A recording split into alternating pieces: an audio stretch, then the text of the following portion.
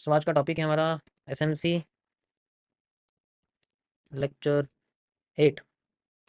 Okay, liquidity pools. बढ़िया topic है ये भी।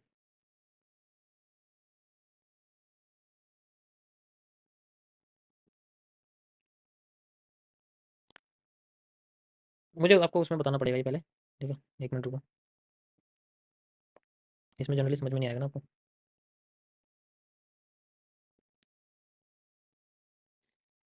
हम्म,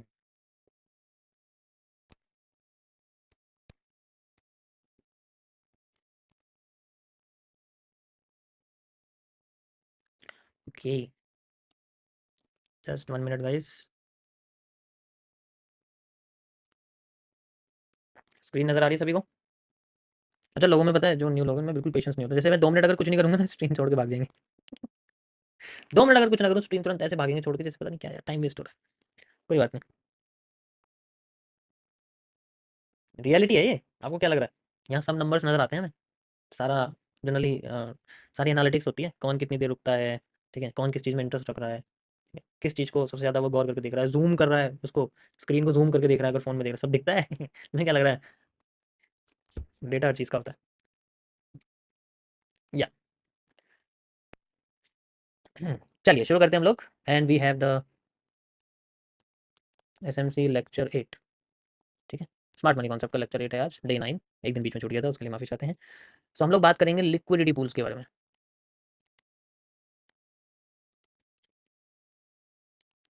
देखो क्या होता है यार, ये कौन फ़ोन कर रहा है इस वक्त?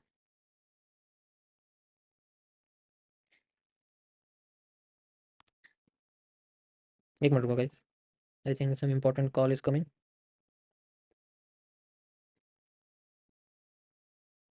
या चलिए, मेरी आवाज़ अभी क्लियर आ रही है?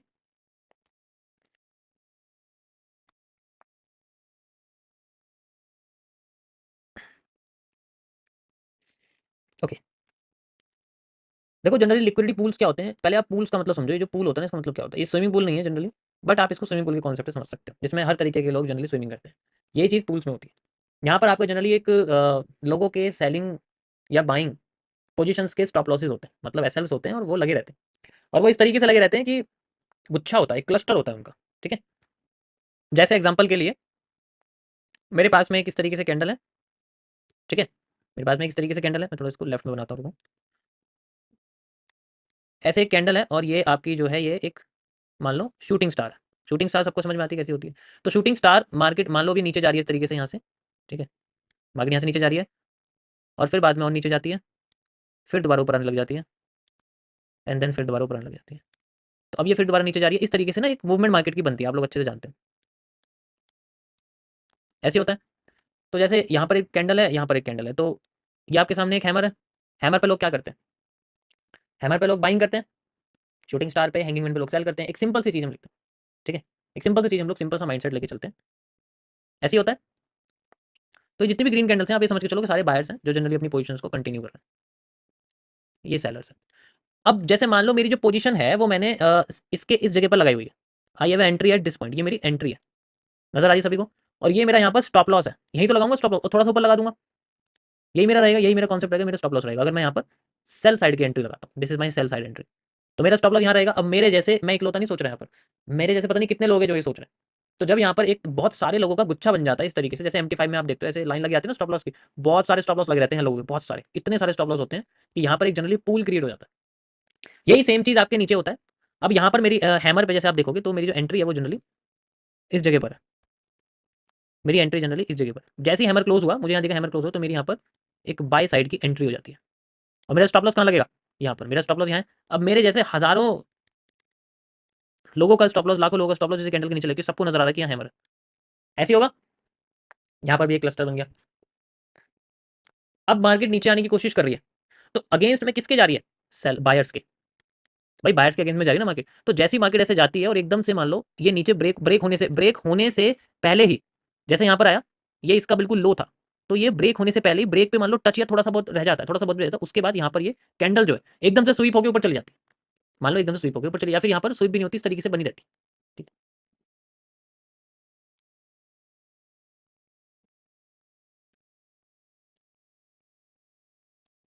इस तरीके से बस टच होती है, थोड़ा बहुत एग्जैक्ट नहीं रहता, थोड़ा बहुत ऊपर हो सकता है लेकिन इसको क्रॉस नहीं करती। एंड नाउ उसके बाद मार्केट यहाँ से फिर से ऊपर चले जाती है।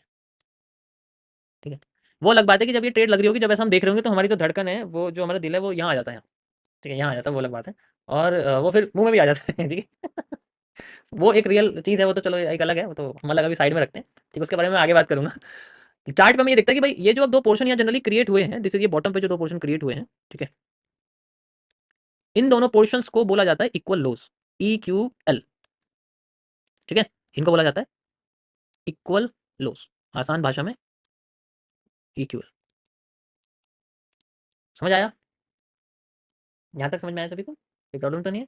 प्रॉब्लम तब होती है जब हिट हो जाता है। अभी कोई प्रॉब्लम नहीं, क्योंकि हिट नहीं हुआ ना, स्टॉप लॉस हिट नहीं हुआ, तो कोई प्रॉब्लम नहीं है। हाँ चलो, फेवर में चल रही, कोई दिक्कत नहीं, थोड़ा सांस में सांस आई है। हाँ। चलिए, अब ऐसी ऊपर जैसी मार्केट जाती है इस तरीके से, ठीक है, अब सेलर बड़े खुश होते हुए हमारे फेवर में जा रही है, बाहर का स्टॉप लॉस होगा, हमारे तो मार्केट मूवमेंट में जाएगी, लेकिन अभी रिवर्स करके दोबारा से सेलर के अगेंस्ट में जा रही है। अब सेलर बेचारे चौकन्ने हो जाते हैं, ये क्या हो रहा है, ऐसा कैसे हो जाएगा, मेरी तो एनालिसिस बिल्कुल ठीक थी, यही सीखा था मैंने तो कोर्स में। उसके बाद भी फिर ये मार्केट अब यहाँ आती है, ऐसे होने के बाद मार्केट इस तरीके से एक इन्वर्टेड हमर बना देती है, एंड देन थोड़ा सा रहता है बस, एंड देन यहाँ पर चलता है। ठीक है, और यहाँ पर ये इन्वर्टेड हैमर टाइप कैंडल बन जाती है, एग्जांपल के लिए यहाँ पर हैमर जैसी कैंडल बन जाती है। अब ये जो पोर्शन यहाँ जनरली क्रिएट हुए हैं टॉप पे, इसको हम बोलते हैं इक्वल हाइस, EQH। समझ में आया? These are the short resistances and these are short supports. इन्हें हम लोग शॉर्ट रेजिस्टेंस SR और शॉर्ट सपोर्ट SS भी कहते हैं। ठीक है, बट इनको SMC में सपोर्ट रेजिस्टेंस वर्ड यूज नहीं करते, हम इक्वल लोज और इक्वल हाइस का इस्तेमाल करते हैं। So these are EQH।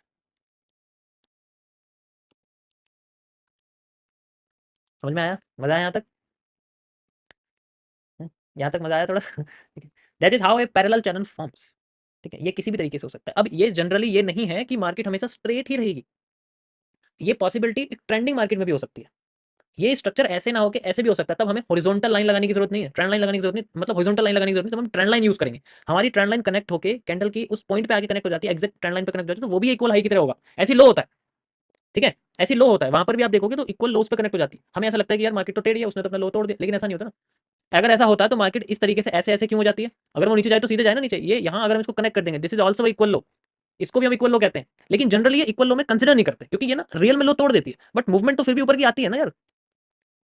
ठीक है, फिर भी मार्केट में मूवमेंट ऊपर की आती है, लेकिन हम लोग ऊपर का एरिया मेजर करते हैं। जब ट्रेंड बियरिश होता है तो हमेशा ट्रेंड लाइन ऊपर की हम लोग यूज करते हैं, और जब ट्रेंड लाइन बुलिश होता है तो हम लोग ऑलवेज बॉटम की ट्रेंड लाइन यूज करते हैं, ताकि हमें सपोर्ट मिल सके, ताकि हम दोबारा और ऊपर जा सके, और ऊपर जा सके। That's all. तो ऐसा मत सोचो कि आपको हमेशा जैसा किताब में लिखा है कि हमें जो इक्वल हाइज है वो ऐसा दिखे, इक्वल लो जैसा दिखे, ऐसा नहीं है। ऐसा तो रेयर है, this is a rare rare case, ये रेयर केस एक्सप्लेन किया गया लोगों ने। ठीक है ना, दिस इज द थिंग जो आपको मैक्सिमम टाइम देखने, और मैं आपको इसी तरीके से समझाऊंगा, यही आप समझना। ठीक है, यही आपको समझ में आएगा। अब इसमें कनेक्टिविटी किससे करेंगे, कंफ्यूजन हो रही है कि यार क्या मैं कैंडल की बॉडी से ट्रेंड लाइन को कनेक्ट करूं या कैंडल की विक से कैंडल ट्रेंड लाइन को कनेक्ट करूं, यहाँ थोड़ा सा जनरली कॉम्प्लेक्सिटी आ जाती है। ठीक है, तो वो भी मैं आपको समझाऊंगा, कोई प्रॉब्लम नहीं। अभी आप फिलहाल के लिए यही समझो कि ये जनरली हमें इस तरीके से हम इसको इक्वल हाई और इक्वल लोस कहते हैं। अब टूटते दोनों है, ध्यान से सुनो। अगर कोई भी इक्वल हाई या इक्वल लो हो गया, इट मींस मार्केट दोनों को ब्रेक करेगी। अगर इक्वल लो हो गया तो जैसे मार्केट यहाँ से नीचे आ रही है जनरली, ठीक है, तो एक बहुत ही ज्यादा एक रिस्पॉन्सिव, या फिर आप कह सकते हो कि रिजेक्शन पल्स की तरह मार्केट आई और एकदम नीचे से ब्रेक कर दी। ब्रेक करते ही अब यहाँ पर जो बायर्स हैं, उन्हें सही लग रहा था कि जो मेरा दिल है वो मुंह में आ गया है और वो बाहर आने वाला है। देखिए यहाँ एकदम नीचे गिरती है और आंखों के सामने दिखता है यार ये क्या हो गया। ठीक है, अब उन्हें थोड़ा बहुत ये होता है कि यार अब तो इतनी बड़ी कैंडल बन गई और यहाँ कैंडल बॉडी क्लोज भी हो जाती है, यहाँ पर बॉडी क्लोज भी हो जाती है। अब लोगों को लगता है यार ये तो नीचे जाने वाली है, तो फिर बाद में वेट करते हैं इसके रिवर्स करने का कि यार एकदम से नीचे आ रही है। तो कुछ लोग ऐसे होते हैं कि लोगों को लगता है कि ये IFC कैंडल है, ये इंस्टीट्यूशनल फंडिंग कैंडल है, तो एकदम आगे नीचे भी गिर सकती है, इट्स ऑल्सो पॉसिबल। तो कुछ लोग यहीं घुस जाते हैं सेलिंग। ठीक है, मैं रियल बता रहा हूँ, मैं यहीं पर ही लोगों की एंट्री हो जाती है सेलिंग की। ठीक है, मार्केट कुछ देर बाद ही से मान के चलो, मैं ये कह सकता हूँ कि डायरेक्ट तो नहीं, एकदम तो नहीं उठती, जनरली कुछ टाइम बाद अपने आप को यहाँ पर आप कह सकते हो कि उठा देती है। ठीक है, यहाँ पर एक कैंडल बन गई, मान लो एक हैंगिंग मैन जैसी कैंडल बन गई, और फिर बाद में छोटी छोटी कैंडल बनती जा रही है, और फिर एकदम से रिवर्स कर देती है।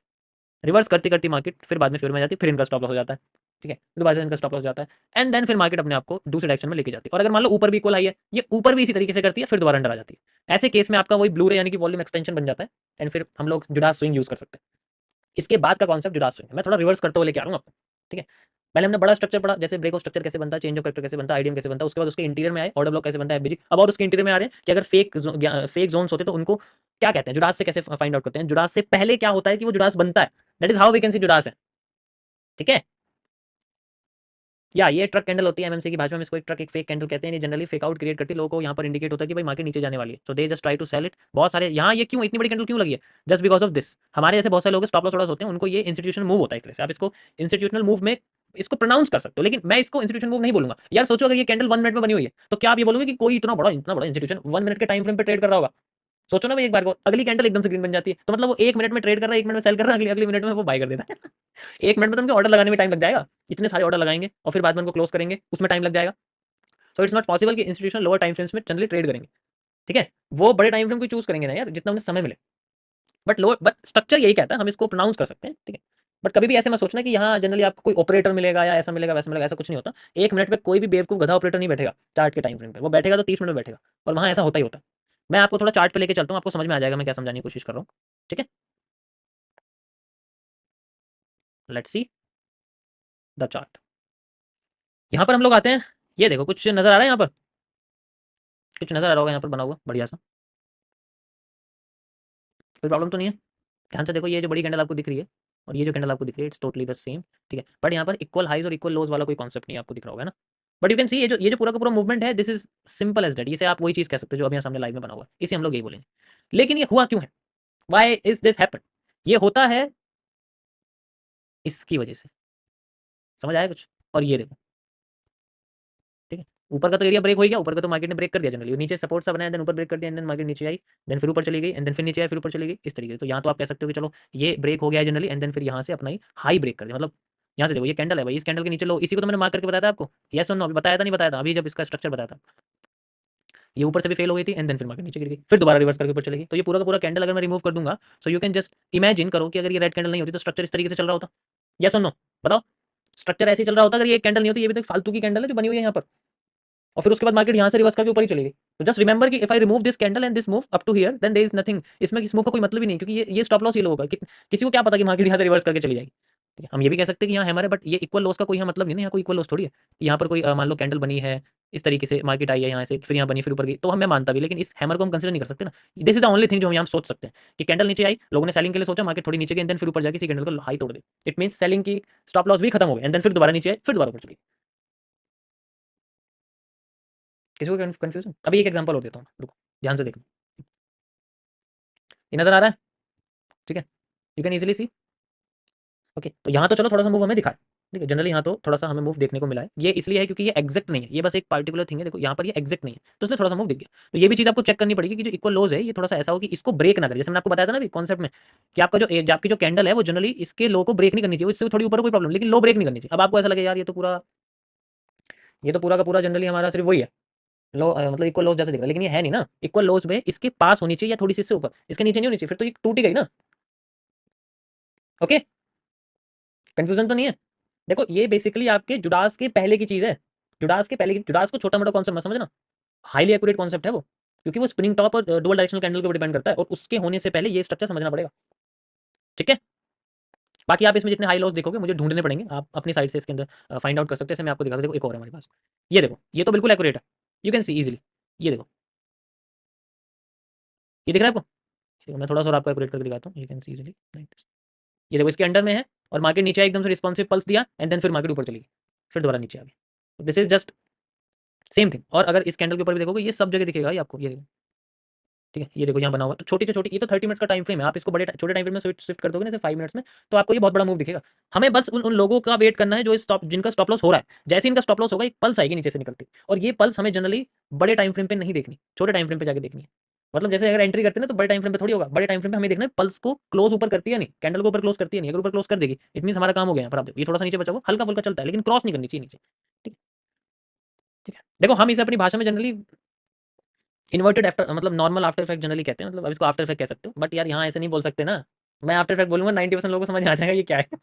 कहेंगे बस वो बोलने था तो बाकी तो हम समझ ही जाते, ठीक है।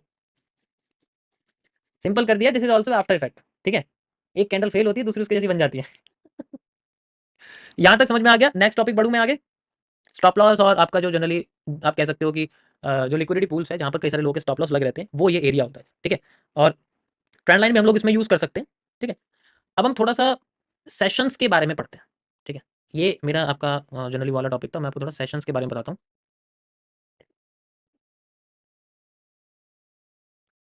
ओके, देखो ये कॉन्सेप्ट सुनने में थोड़ा लंबा हो जाता है, ठीक है, सुनने में ऐसा लगता है बहुत लंबा, but when you apply this, when you see these things on the chart live, तो आपको ऐसा लगेगा कि ये तो बहुत सिंपल है, ये तो ऐसे समझ में आ रहा है। देखो वही चीज़ है कि हम समझते सब कुछ है, लेकिन वो 100% कोई भी चीज़ ठीक नहीं होती, उसके बाद भी चीज़ें गलत जाती हैं, बट इसका मतलब ये नहीं कि हम लोग हार मान लें, ठीक है। 2 स्टॉप लॉस हो जाते हैं तो इसका मतलब छोड़िए कि मैं ट्रेडिंग ही छोड़ दूंगा। देखो भाई ऐसा है, किसी चीज़ को पाने के लिए कुछ ना कुछ खोना पड़ता है, ठीक है। You have to sacrifice something if you want something bigger than you have now, okay. And वही चीज़ है कि जन्नत नसीब करने के लिए पहले मरना पड़ता है, और यहाँ भी मरने वाली बात नहीं कर रहे। चलिए आगे चलते हैं हम लोग। तो हमारे पास सेशंस का थोड़ा सा इन्फॉर्मेशन होनी चाहिए, ठीक है।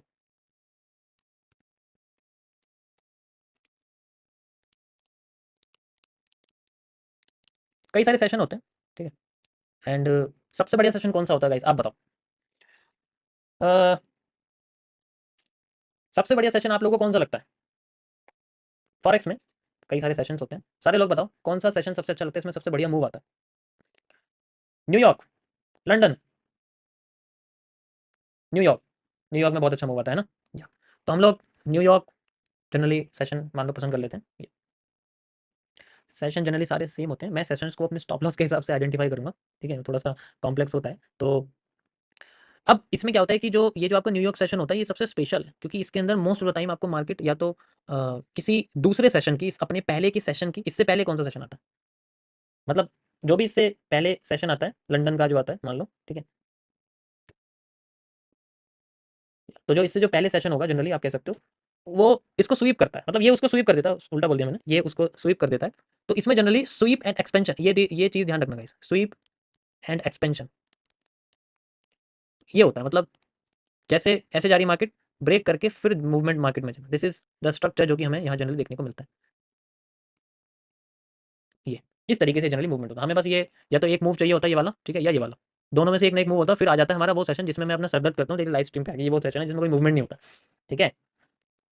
उसके बाद फिर ये क्वेश्चन पूछते हैं ऐसे सेशन में, ऐसी मार्केट हो जाती है, इसमें हमें मूव नहीं मिलते, ऊपर से क्वेश्चन ऐसे आते हैं कि ये इंडियन मार्केट में काम करेगा या नहीं, तो फिर और ज़्यादा दिमाग खराब हो जाता है। मैं इसको चार्ट पे बताता हूँ आपको, ओके। यो,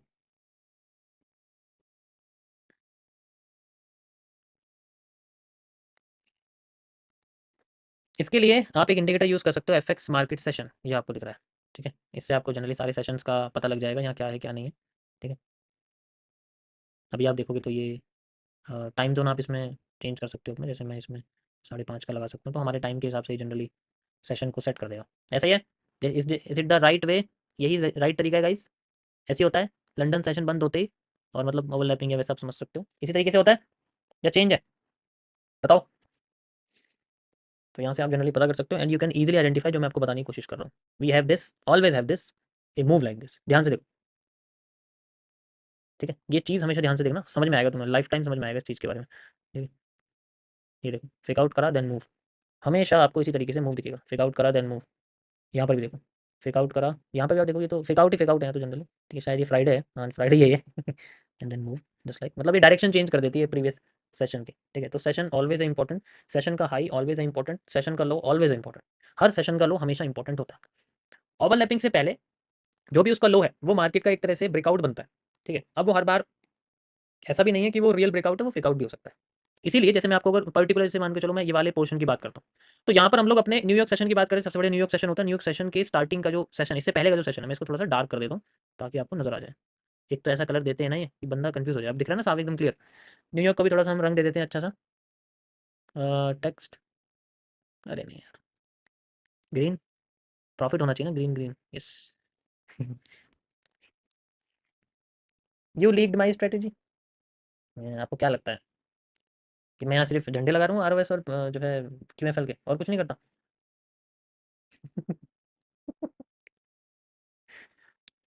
पिंक नहीं कर सकते? ठीक है, यहाँ देखो, ये सेशन है लंदन, इस लंदन सेशन का लो, इट्स ए ब्रेकआउट, ध्यान से समझे जो मैं बता रहा हूँ। लेकिन इसका जो पहला मूव है जैसे कि यहाँ पे जैसा हाई है, तो कोई ना कोई एक एरिया जो सबसे पहले टूटेगा वो फेक आउट होगा। मैक्सिमम टाइम ये होता है, मैक्सिमम टाइम ये होता है, देखो मोस्ट ऑफ द टाइम हो जाता है, हर बार नहीं होता, मैं कह सकता हूँ हर बार ऐसा नहीं होता, बट मैक्सिमम टाइम ऐसा हो जाता है, ठीक है। जो भी हमारे सामने से ये, अब इसका तो कोई लो ही नहीं है, ठीक है। अब इस सेशन का कोई लो ही नहीं है, तो यहाँ पर हम कोई भी रिसेंट का जो स्ट्रक्चर है उसे मान सकते हैं।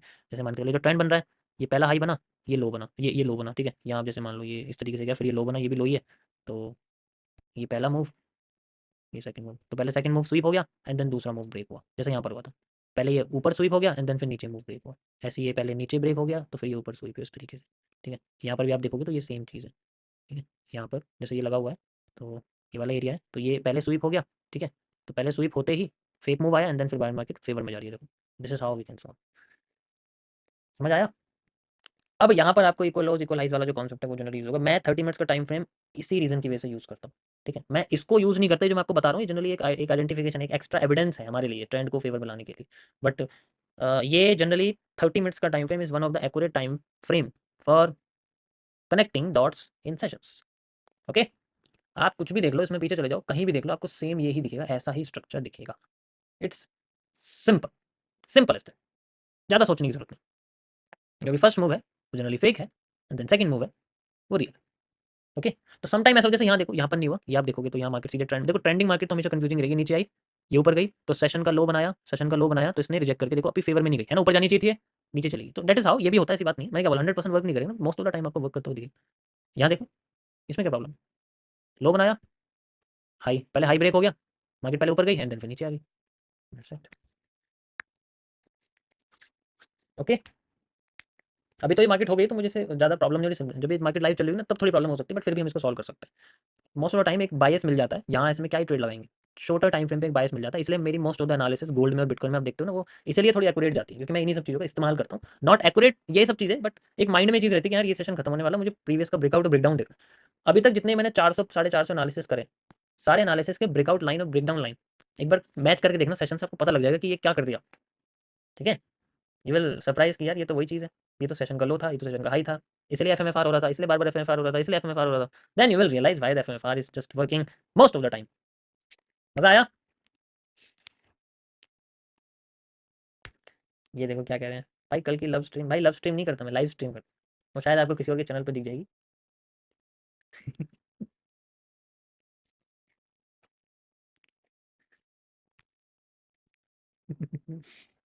या ये 40% एमएमसी का पार्ट भी है।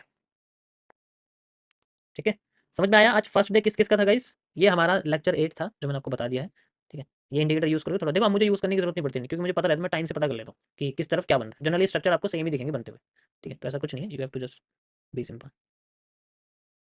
मज़ा आया गाइस? थोड़ा सा मज़ा आया?